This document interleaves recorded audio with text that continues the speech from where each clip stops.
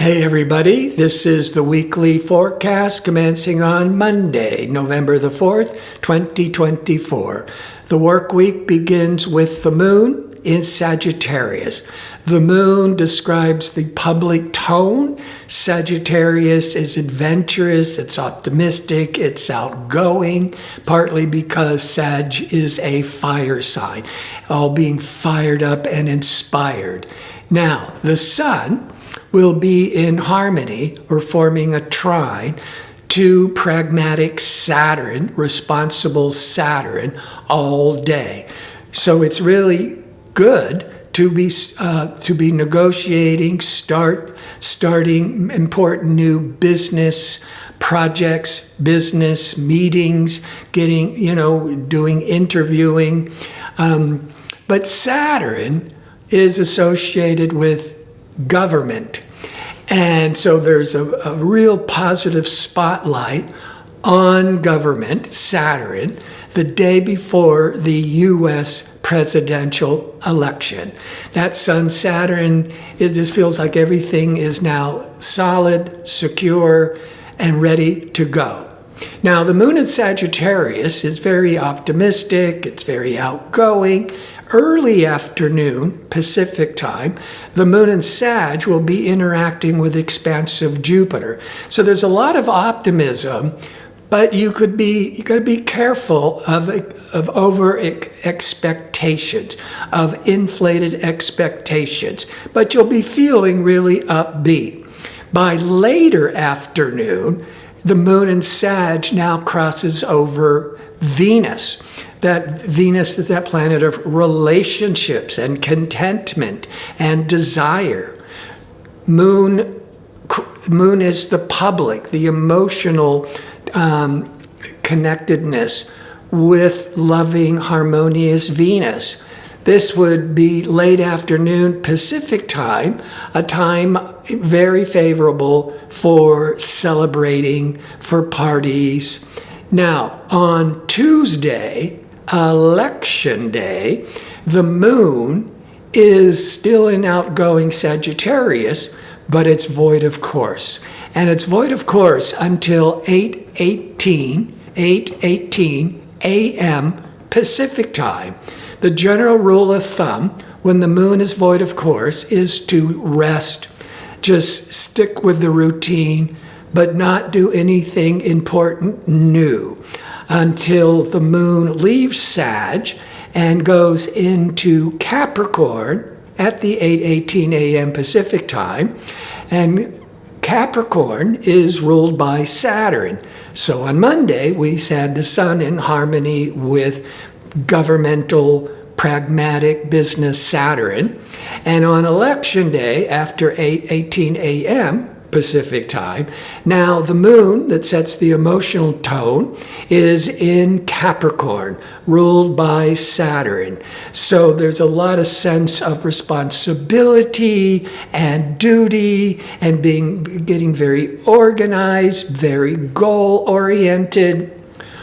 Wednesday, the moon continues in Capricorn, very grounded, practical Capricorn, and will be in harmony with Saturn, again, ruler of Capricorn, with the moon in Capricorn from about 8-9 a.m. Pacific time.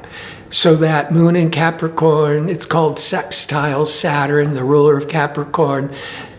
There's a lot of this stabilizing, grounding energies. So there's not going... So the overall tone is not freaking out and chaos from the election. The moon by noon 1 p.m. Pacific time, now the moon's going to be in harmony with the sun. So when the sun and the moon are in harmony, it's as if the energy just flows more comfortably. Things happen more effortlessly.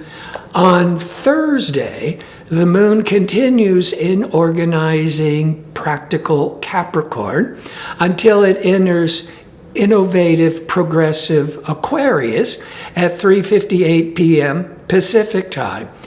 Capricorn is very traditional. conventional. When the moon goes into Aquarius, Aquarius is unconventional, it's non-traditional. Capricorn looks to the past, what worked in the past, the tried and the true.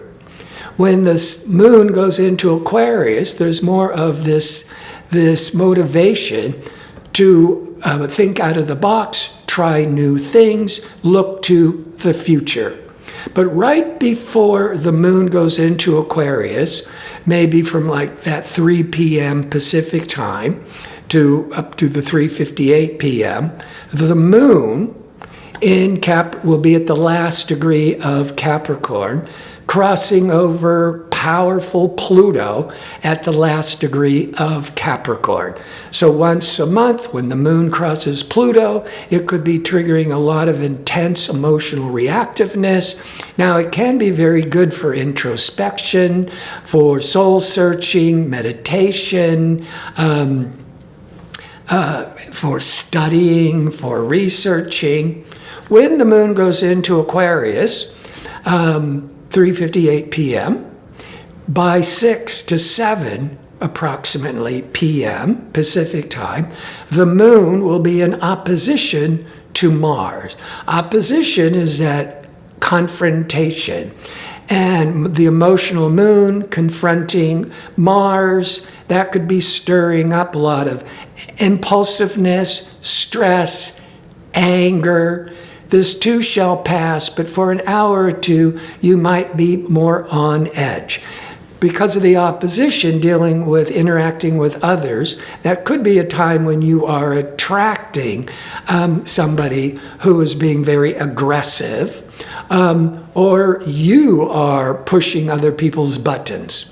Friday, the moon continues in Aquarius all day, but from 6 to 7 approximately a.m.